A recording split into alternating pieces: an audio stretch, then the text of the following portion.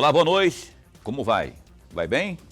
Tá no ar pela TV Pantanal, canal 22, uma emissora do Grupo Gazeta de Comunicação, aqui Rede TV. A gente está ao vivo, mais uma vez, com mais um programa Opinião.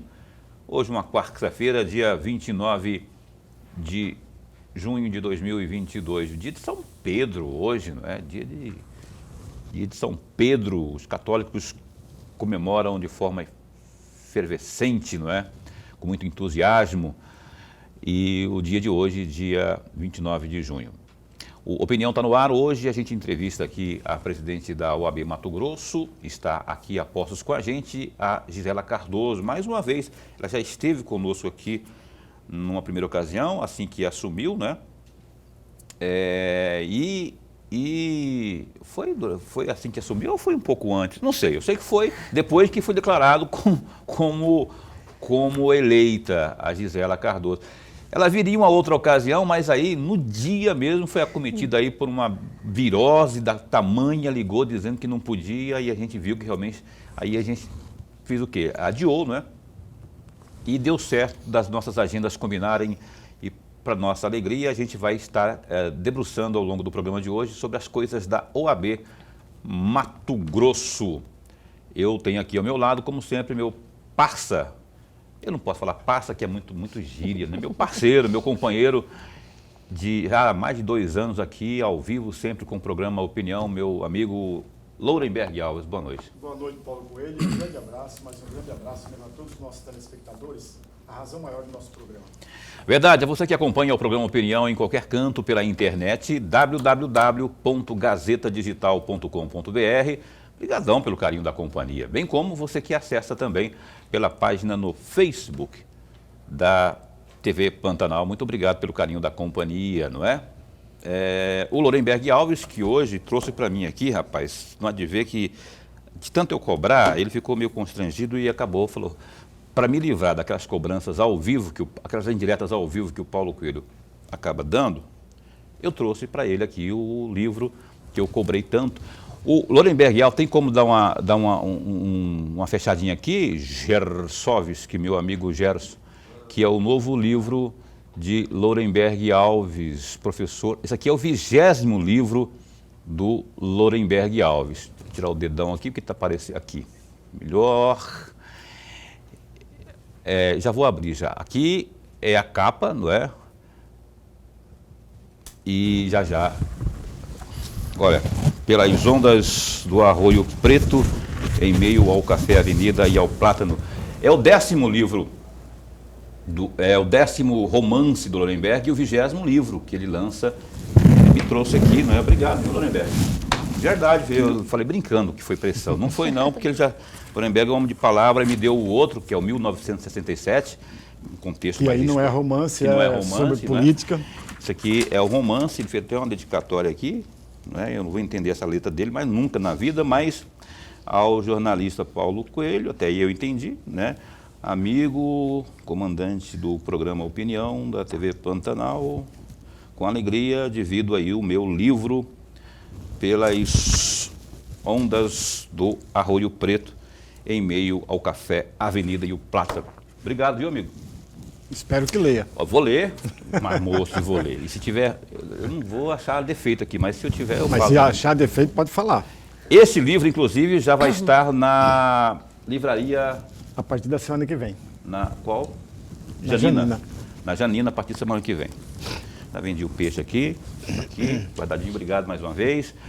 Hoje, dia 29 de junho, é dia de São Pedro, mas também é dia dos 89 anos da OAB Mato Grosso, rapaz. Olha, parece que foi ontem e a OAB já está há tempos na estrada. E eu queria, desculpa ter agarrado na conversa com o Lourenberg aqui, viu, doutora? Mas hoje, 89 anos e uma história muito bonita da OAB. A Gisela Cardoso é a segunda presidente, a segunda mulher a presidir a OAB. E hoje, salvo engano, aí já não tenho tanta certeza, parece que é ela e uma outra só que presidem OABs nas capitais do país. É isso? Estou certo ou estou com razão? Boa noite. Quase isso. Boa noite, Paulo Coelho, boa noite, professor Lourenberg, boa noite a todos os espectadores. Uma grande satisfação estar de volta à TV Pantanal, no programa Opinião. E realmente não deu para eu vir aquela ocasião, tive aí um probleminha de saúde, mas era para eu vir hoje, né? Num dia especial, dia do aniversário da nossa OAB Mato Grosso. E estou muito feliz em estar aqui de volta. É quase isso, Paulo. Na verdade, nós somos 5. Né? 5 mulheres presidentes de seccionais foram eleitas nessa última eleição. E capitais. Nas seccionais, isso, seccionais, né? em todo o país. O Brasil conta hoje com 27 seccionais. Então, dessas 27, pela primeira vez, 5 mulheres foram eleitas presidentes. E aí eu sempre trago essa informação porque ela nos dá uma ideia do que era, ou do que ainda é, mas principalmente do que foi o cenário no tocante à representação feminina, representatividade feminina nos quadros da ordem. Até essa última eleição, são 90 anos da OAB, apenas 10 mulheres tinham ocupado o cargo de presidentes seccionais. Em 90 anos, apenas 10 presidentes mulheres tinham sido eleitas. E nesta última eleição, foram eleitas 5. Então, nós comemoramos, sim, este novo momento, né? Essa participação feminina maior nos quadros de direção, o momento em que a OAB instituiu o projeto Paridade, né? Hoje, todo o conselho, toda a diretoria da ordem tem a composição paritária e acredito, vejo isso como um grande avanço em busca dessa igualdade que a gente tanto preza, que a gente tanto busca. Tá certo. Então, olha só, corrigindo, até porque eu não tenho compromisso com erro, são 5 mulheres nas seccionais da OAB. E a primeira afirmação minha está certa, né? Que a senhora é a segunda mulher. Aqui eu sou a segunda. A doutora Maria Helena Covas foi a primeira a presidir e hoje a nossa caríssima Gisela Cardoso. Lourenberg Alves. Presidente, antes de mais nada, registrar aqui a nossa alegria. Mas a alegria mesmo de tê-la mais uma vez aqui. Isso nos deixa muito orgulhosos e honrados com a sua presença. E o amigo telespectador, eu não tenho dúvida nenhuma, já está ganhando com a presença da senhora aqui. Eu vou aproveitar a carona de parte da resposta, vou aprofundar um pouco mais a resposta que a senhora acabou de nos dar.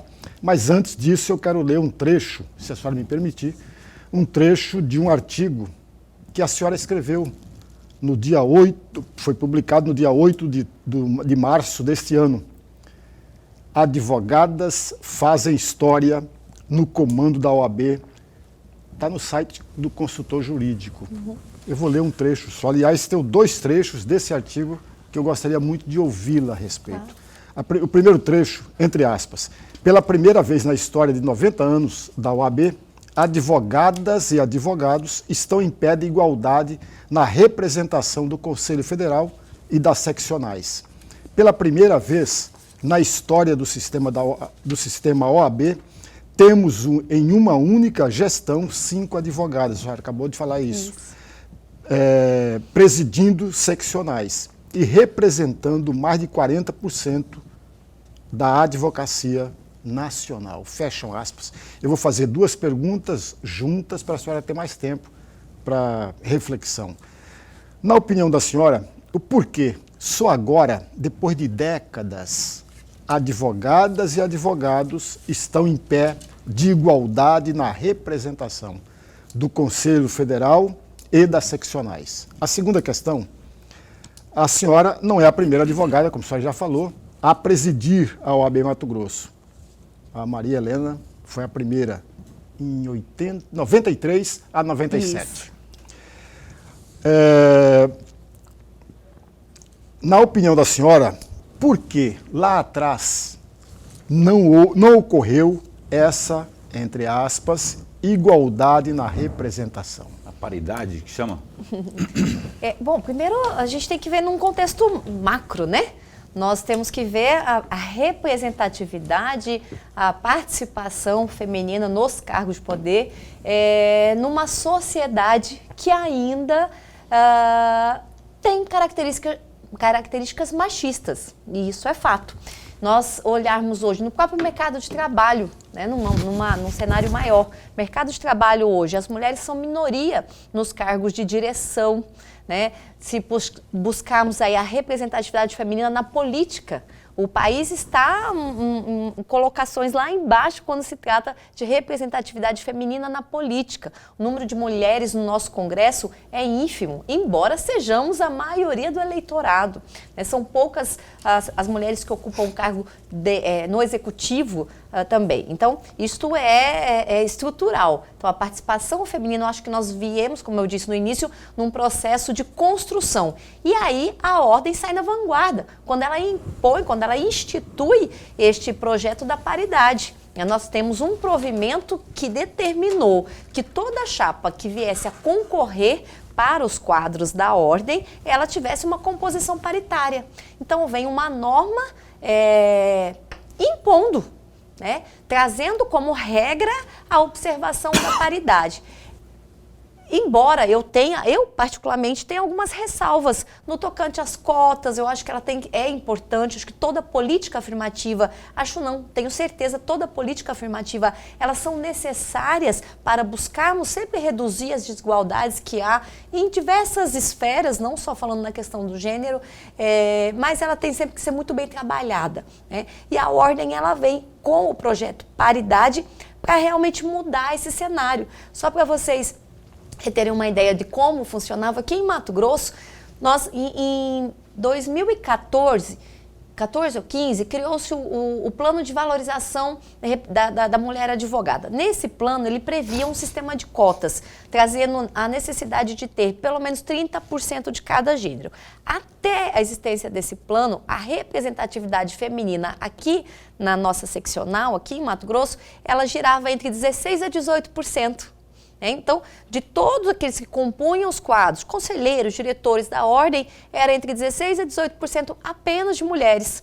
Com o plano, isso subiu para 30%, depois nós fomos para 34%, 36%, e a paridade, então, vem realmente igualar o número de homens e mulheres representantes nos cargos de direção.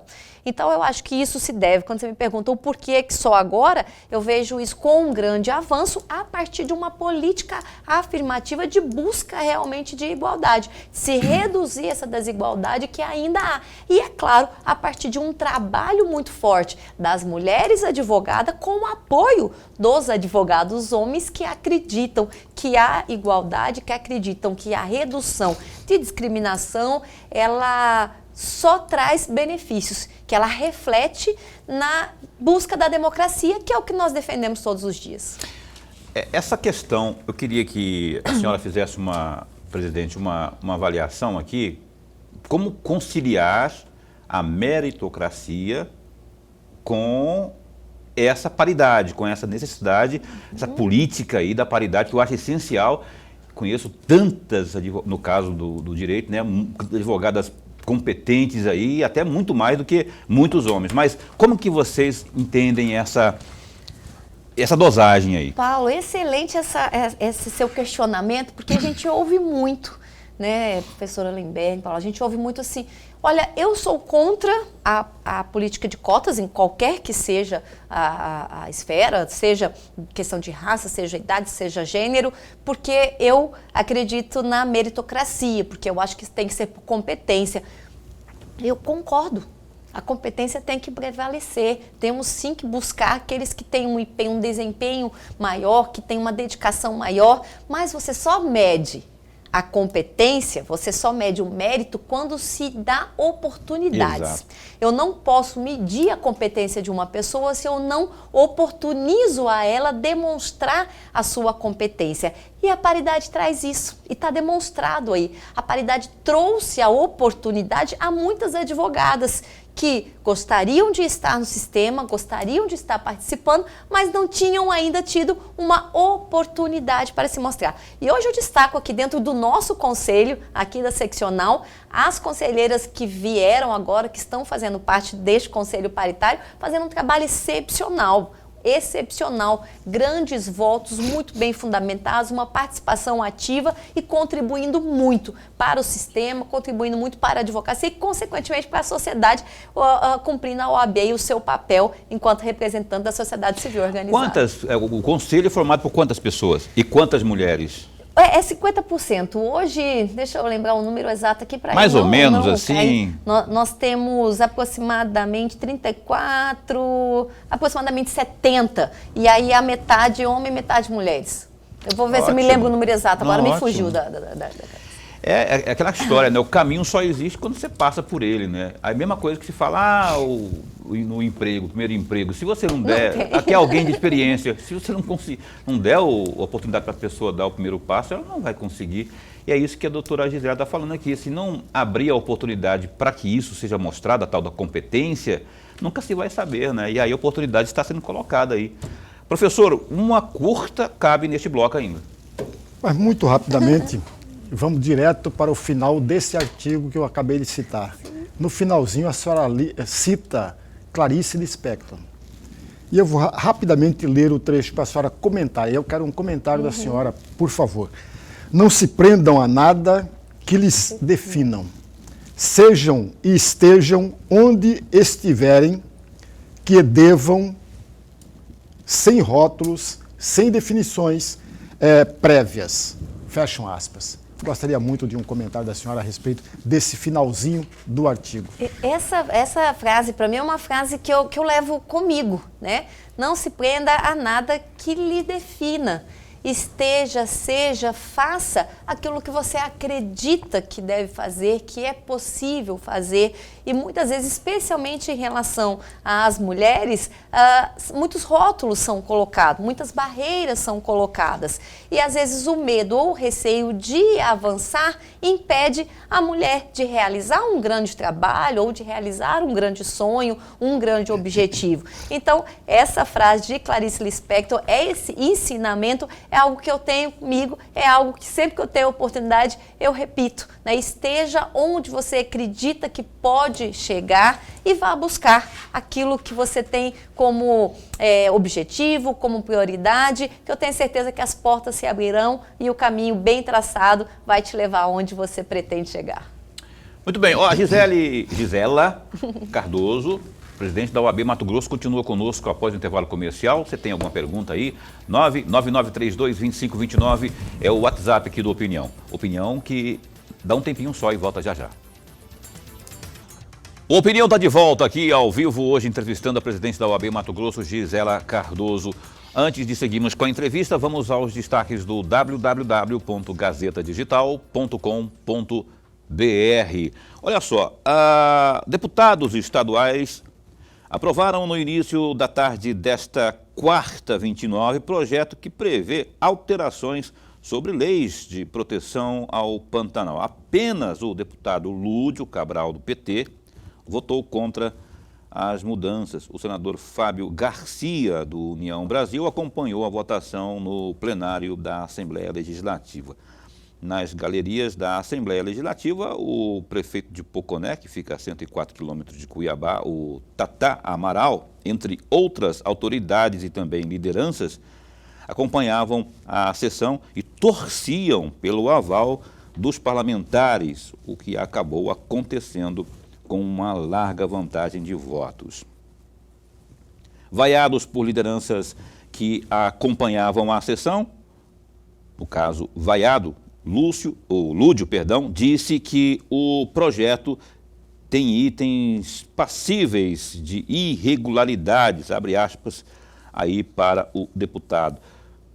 Pode vaiar à vontade, é um direito de vocês, disse o parlamentar, que voltou a defender a realização da audiência pública nesta quinta-feira, dia 30. Acompanhe aí mais detalhes no Gazeta Digital, que tem também esse outro destaque aí, ó.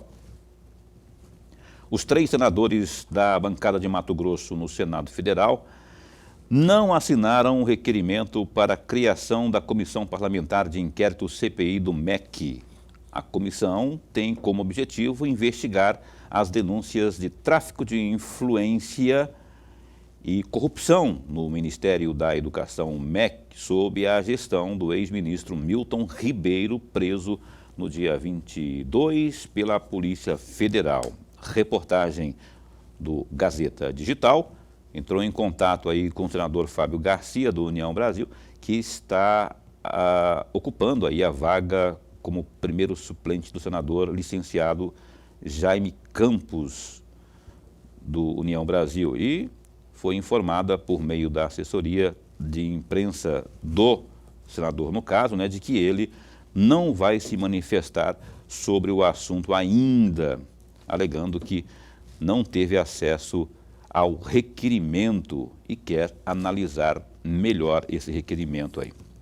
Já a senadora Margarete Busetti, do PP, que ocupa a suplência do senador licenciado Carlos Fávaro, do PSD, alegou que, em termos de conveniência e oportunidade, o momento pré-eleitoral pode prejudicar o escopo de uma CPI que deve ser isenta e ter o tempo necessário para apurar o que se propõe.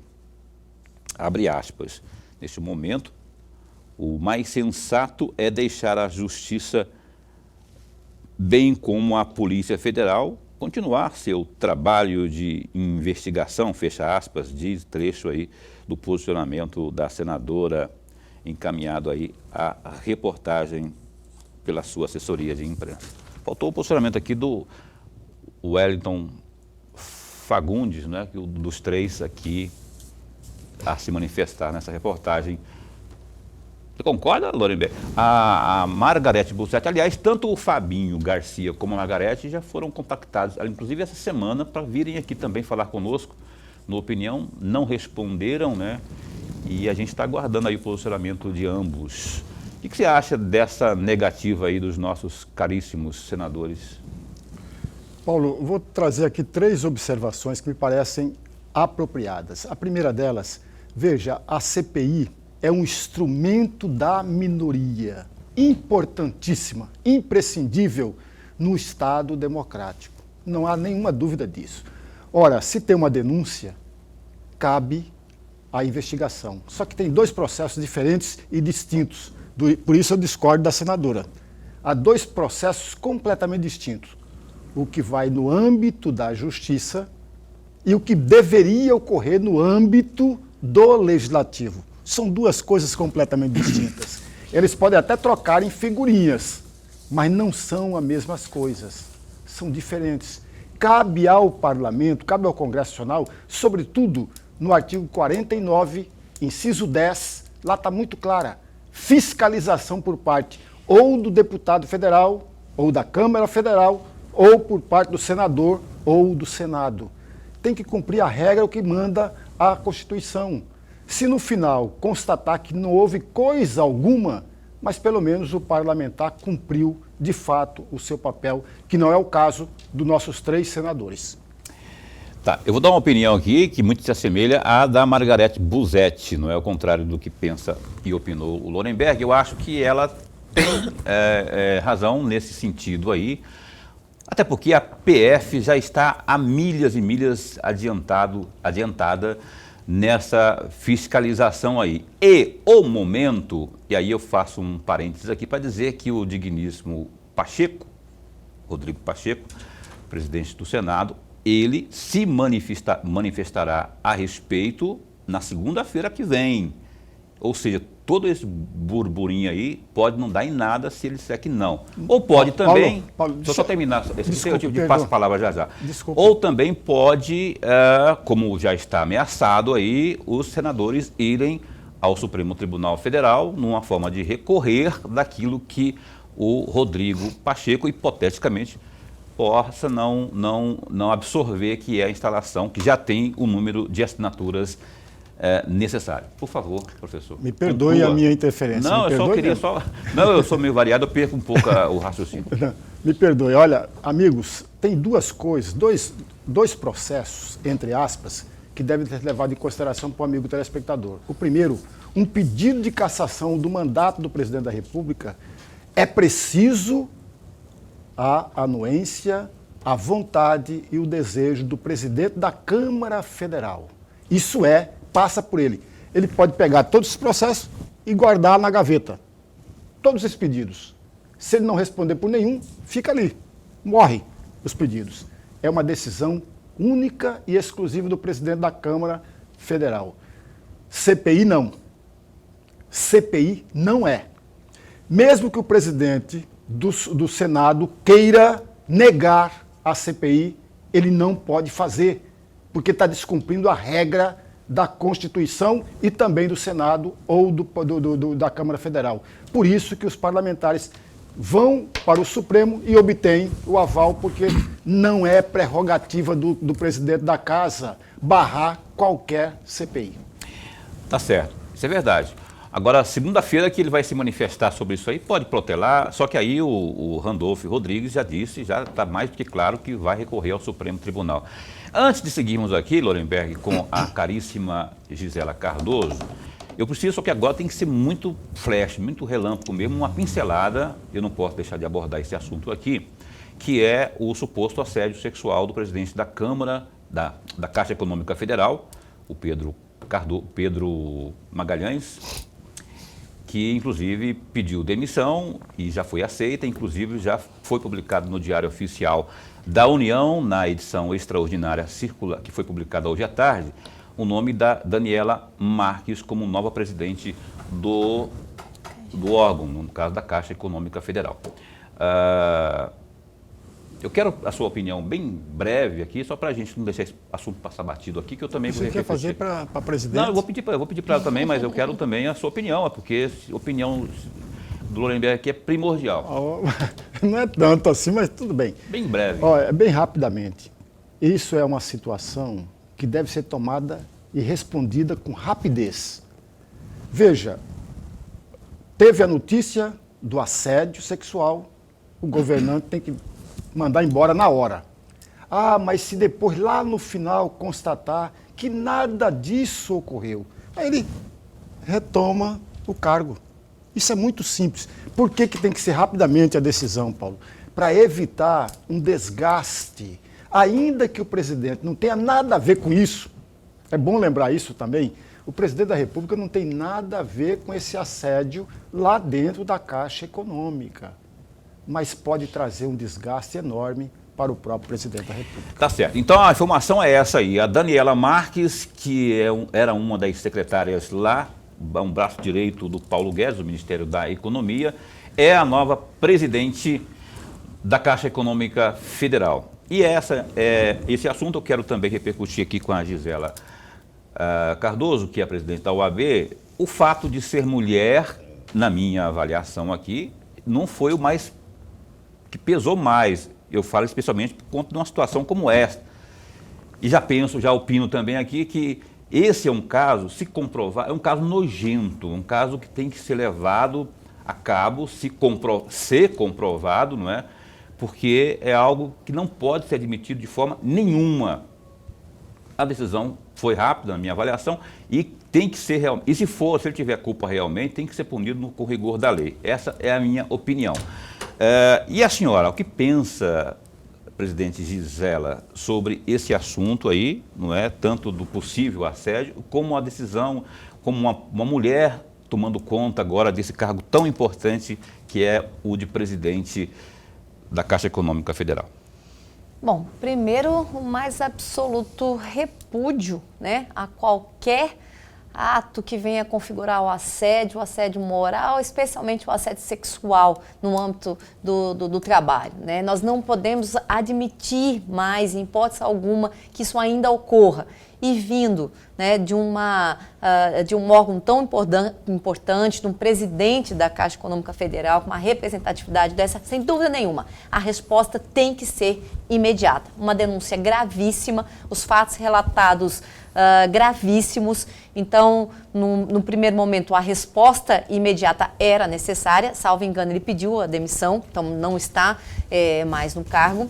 E que se busque apurar. É claro que, enquanto advogada, enquanto defensor dos princípios e garantias constitucionais, nós defendemos sempre ampla defesa, o contraditório tem que ser oportunizado a ele a manifestação, devido processo legal, mas essa resposta imediata era necessária. Então, que se seja apurado de forma rápida, que se seja punido, se caso constatado que realmente houve a prática do assédio sexual.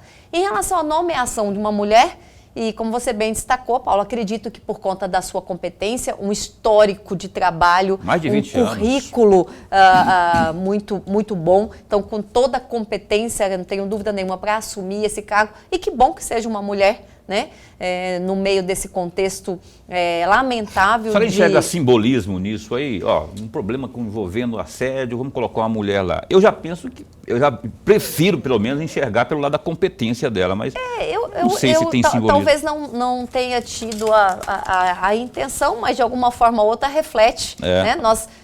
Ou afastou-se, tirou-se, pediu através de pedido de demissão um presidente acusado do assédio sexual e escolhe-se dentro de um leque de opções alguém que tenha um bom currículo, que tenha toda a competência, o perfil, e sendo mulher reflete naturalmente, né? Mas que possa sim fazer um grande trabalho. E como eu disse, a gente precisa continuar trabalhando, a gente precisa continuar lutando e brigando, professor Lorenberg, para que não haja mais esse tipo de situação, para que as mulheres não precisem ainda conviver com o assédio sexual no ambiente de trabalho. Eu aproveito a oportunidade para dizer que a OAB está com uma campanha nacional contra o assédio na advocacia e a OAB Mato Grosso fará o lançamento dessa campanha aqui em Mato Grosso, agora no dia 20 de julho, recebendo a presidente da Comissão Nacional da Mulher Advogada, a doutora Cristiane Damasceno, em um grande evento, exatamente para levar essa informação, para levar essa mensagem, mas sobretudo para levar esse posicionamento de que a sociedade não admite mais conviver com o assédio, as mulheres não admitem mais conviver com o assédio sexual, seja em qual ambiente, mas em especial, como nós estamos falando aqui, no ambiente de trabalho. Legal isso. Dia 20 de julho, então, será lançada essa campanha pela OAB Mato Grosso. Eu fico pensando assim, ela, a advogada, ela também é alvo, muitas vezes, de assédio, não é? Moral, o sexual. E a pergunta que eu quero fazer para a senhora é o seguinte, nesse sentido, a propósito, elas, na sua maioria, denunciam ou elas se calam diante de um juiz, por exemplo, ou diante de alguma situação que elas achem melhor para não ter prejuízo depois, para não ter problemas depois, se calar? Muitas se calam, Paulo, não tenho dúvida nenhuma, muitas se calam. E eu acho que o nosso objetivo, né, a nossa tarefa aqui também é encorajar as mulheres, as jovens, as estagiárias a denunciar, né? Não só no direito, não só na advocacia, mas toda mulher que for vítima do assédio sexual precisa denunciar. A OAB criou, com essa preocupação que você disse aqui, de não se expor ou de ter um medo, nós criamos um canal de denúncia para advogadas denunciarem, por exemplo, a violência contra a mulher, a violência doméstica, e pode ser um canal também para receber a denúncia de um assédio sexual, por exemplo. Então, nós temos que possibilitar as mulheres, e aí falando do ambiente de trabalho, no mercado de trabalho de forma mais ampla, nós temos o Ministério do Trabalho, nós temos o Ministério Público do Trabalho, os órgãos geralmente têm a sua corregedoria, sua ouvidoria, então as mulheres precisam buscar os meios, os canais que elas entendam mais adequados, mais seguros, que preservem a sua intimidade, se assim elas desejarem, mas a denúncia é o único caminho que se tem para chegar ao assediador e para fazer cessar, punir aqueles que ainda praticam esse, que é um crime. É importante destacar, é crime. É um crime e horrendo, né? Nojento. E aí eu fico pensando assim, né? Essa questão toda eu perguntei da advogada, no caso da Caixa lá econômica, do Pedro Guimarães, foram várias supostas vítimas de assédio sexual, né? Aí eu fico pensando, quando é no caso de um só, aí dá isso que o senhor está falando aí, que a pessoa fica mais acanhada ou talvez mais comedida de ir à frente, né? Paulo, e aí que está o encorajamento que você está falando. Mas você já percebeu que geralmente o assediador, ele não age uma vez. Geralmente as ações são recorrentes. E aí quando você fala, geralmente quando é um caso, mas quando aparece na maioria das vezes podemos observar, quando surge uma denúncia, outras vêm. É o encorajamento. A partir do momento em que alguém criou... Pontapé inicial. Criou a coragem, foi lá e denunciou, aquela que sofreu, às vezes lá atrás, que naquele momento ela não teve a coragem, ao ver a denúncia envolvendo aquela pessoa, fala, eu também vou. Então, assim, o encorajamento é sempre o primeiro passo e aí termina levando. Lorenberg, desculpa ter te deixado um pouquinho aí, só que eu queria esgotar esse assunto com ela. Não, mas eu estou assistindo e estou acompanhando e estou aprendendo. Presidente, em uma das frases, das respostas da senhora, lá no primeiro bloco ainda, a senhora falava da participação política da mulher, ou da mulher na política. Uhum. E no mês de março de 2021, portanto, ano passado, teve uma roda de conversa sobre a participação da mulher na política. Eu gostaria muito de ouvir um balanço da senhora a respeito desta roda de conversa. É um outro desafio que nós temos, né? A inserção da mulher na política partidária. Nós precisamos fomentar ainda mais a participação, que ainda é insignificante se a gente pensar, como eu disse aqui no início, nós somos a maioria no eleitorado. Nós realizamos no ano passado, salvo engano, foi no mês das mulheres, em comemoração às ações, uma roda de conversa com algumas mulheres que ocupam ou ocupavam um cargo eletivo na política. E é sempre muito importante essa troca de experiências. O que eu percebo, professor Lorenberg, na troca de experiência, de conversa com muitas mulheres, envolve também essa questão do encorajamento. As mulheres ainda não se veem, muitas delas ainda não se veem participando de uma eleição, colocando o seu nome à disposição para ser votado, para ser questionado, e isso tudo decorre daquele outro problema que a gente fala no início, ainda de uma sociedade com característica machista, ainda numa sociedade que há uma desigualdade. Então, um grande desafio nosso, enquanto sociedade, enquanto cidadãos, é buscar equilibrar essa diferença na política que ainda é muito grande. Nós temos, Mato Grosso, hoje nós temos uma única deputada estadual, nós temos uma única deputada federal, vereadora agora, depois temos uma senadora no cargo agora. Hoje uma senadora no cargo, Margarete Busetti. Vereadoras agora temos duas, né? Mas nós passamos aí quase que 3 legislaturas sem mulheres. Então, assim, é algo que precisa ser trabalhado. Aí vem a questão das políticas afirmativas, né? A gente volta também. Mas nós temos leis que exigem lá o percentual de mulheres, e aí a gente barra naquele outro problema. Sempre a forma de mascarar, sempre a forma de não cumprir com o que a lei determina, as candidaturas laranjas. Então, nós precisamos de um judiciário muito efetivo para combater esses desvios. Nós precisamos das mulheres mais conscientes, né, quando se colocarem à disposição para se candidatarem, que seja efetivamente uma campanha, uma candidatura correta e buscar retratar ou levar para a sociedade a importância dessa representatividade. Mas por que é importante eu ter uma mulher ou mais mulheres representando o meu estado lá no Congresso? Por que é importante eu ter mais mulheres representando o meu município na Câmara de Vereadores? Aí eu volto àquela frase que eu disse antes: igualdade será sempre sinônimo de democracia.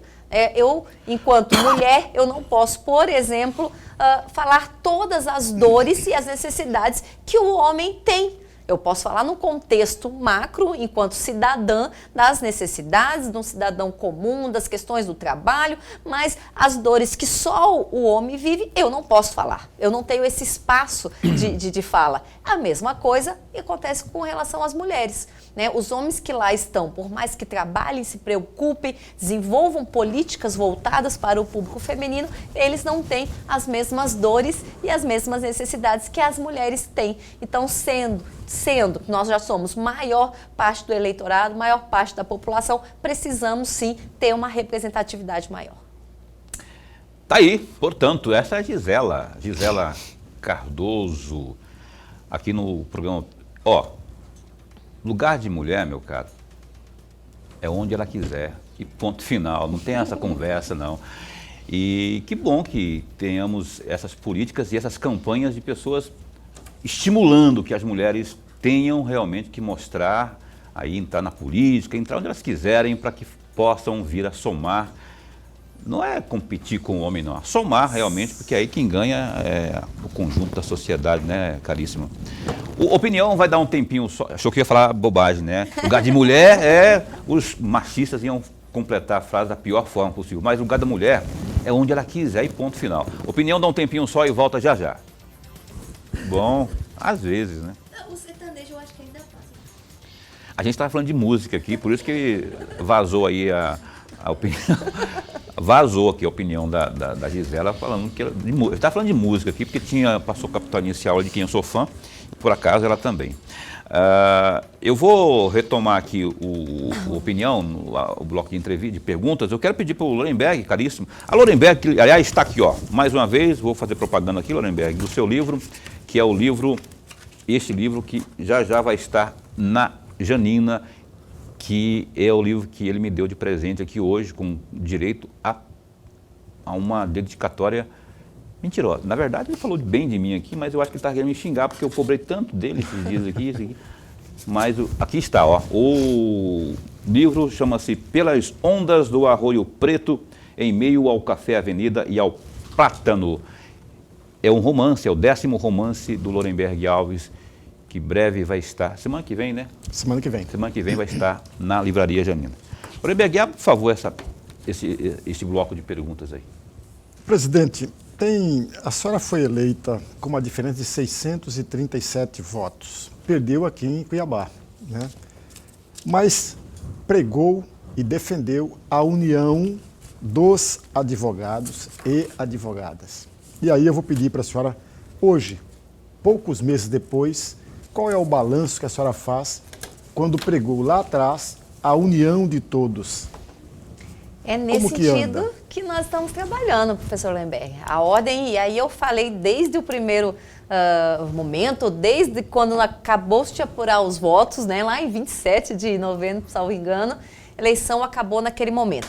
Daquele momento em diante não haviam mais duas chapas, não haviam mais chapa 1 e 2, a partir daquele momento era somente a OAB Mato Grosso. E é nessa linha que nós estamos trabalhando desde 1º de janeiro de 2022.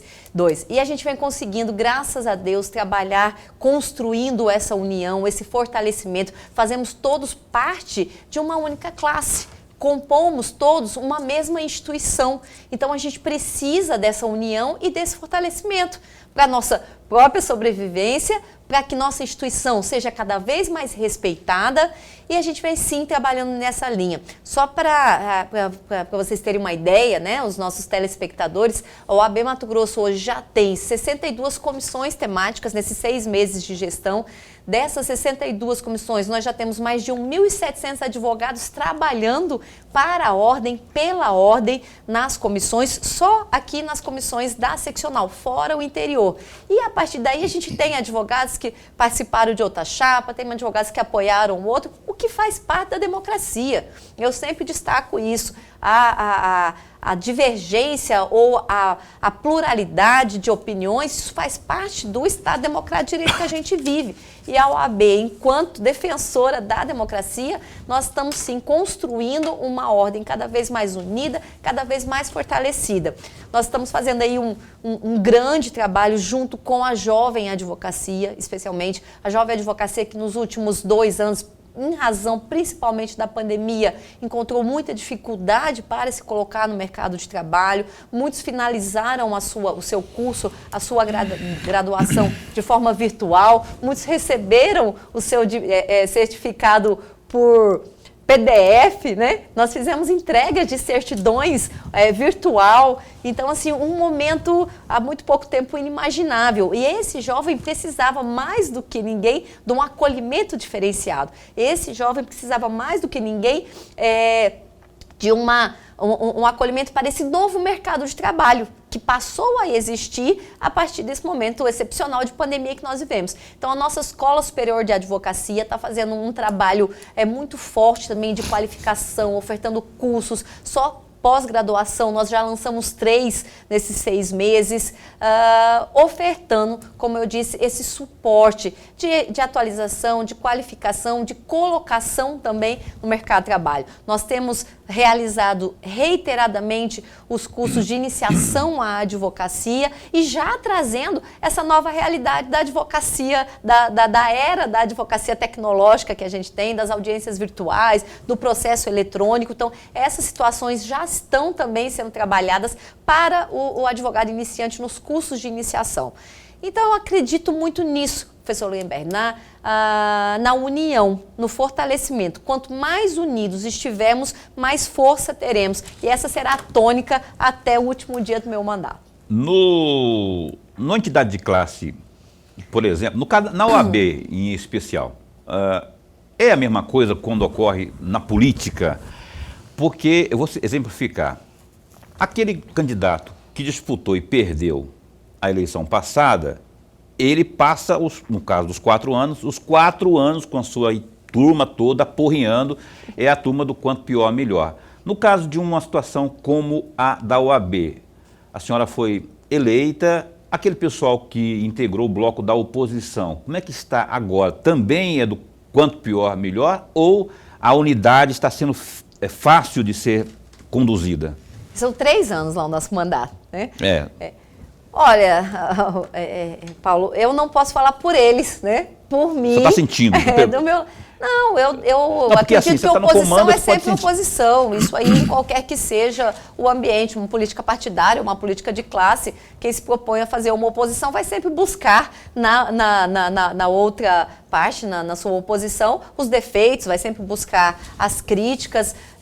Mas por isso que nós buscamos sempre fazer um trabalho muito fortalecido, robusto, né? E qualquer crítica construtiva vai ser bem-vinda, né? Seja de quem for. Se a oposição chegar para mim hoje e falar, presidente Gisela, isso daqui nós entendemos que pode caminhar para o outro lado, vai ser muito bem-vindo. Estamos aí de portas abertas para construir. Não era a resposta que eu esperava. Eu esperava que você fosse dizer assim, não, Paulo, o pessoal perdeu, mas tem críticas construtivas, a gente resolveu se unir, eles resolveram absorver a nossa proposta aqui no sentido de expandir aí, de fazer crescer mais a nossa ordem. Não, mas nessa linha, como eu disse, nós temos vários advogados que estiveram em chapas contrárias dentro das nossas comissões, trabalhando.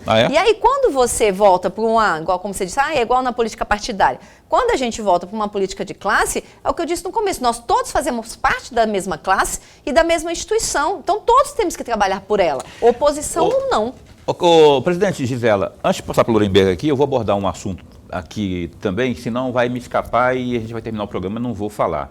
O Conselho Federal da nossa ordem, da OAB Mato Grosso, tem feito, parece que há uns 15 dias, há 2 semanas mais ou menos, fez aí uma audiência pública para discutir a BR-163. Existe um imbróglio envolvendo a Rota do Oeste, que é a concessionária que está num lenga-lenga, num rame-rame que não avança.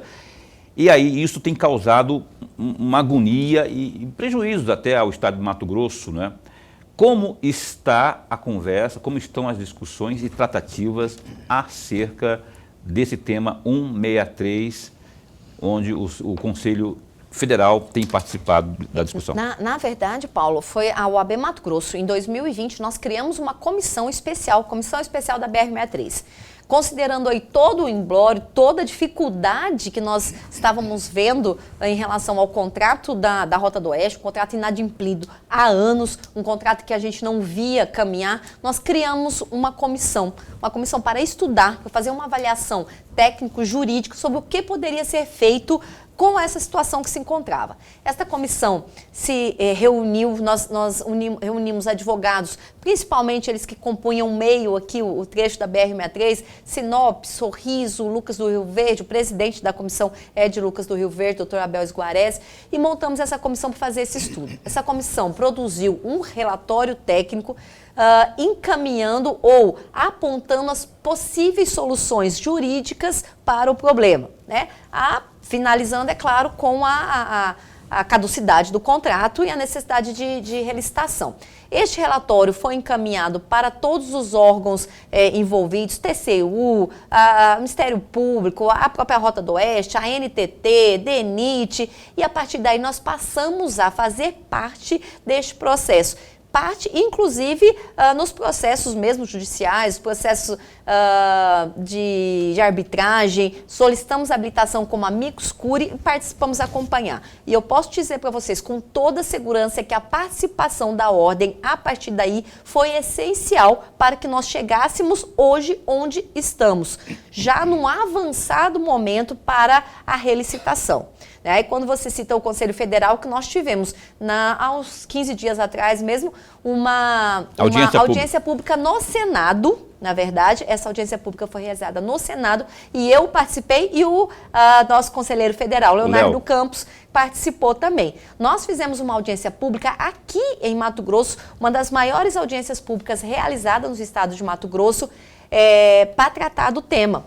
Envolvemos simultaneamente 5 subseções, tivemos a presença do governador, 3 senadores, presidente do DENIT, a NTT. Foi aquele momento em que se encaminhou para uma possibilidade do TAC. Né? O TAC não deu certo e hoje já bem encaminhado para a relicitação. Tivemos a aprovação do PPI, da proposta de devolução amigável da Rota do Oeste. Aguardamos agora o decreto presidencial e, a partir daí, a construção de um contrato transitório até que se efetive a relicitação. Ótimo, ótimo. Participação aí, então, do Conselho Regional, do Conselho Federal da OAB Mato Grosso. Dornberg, a última.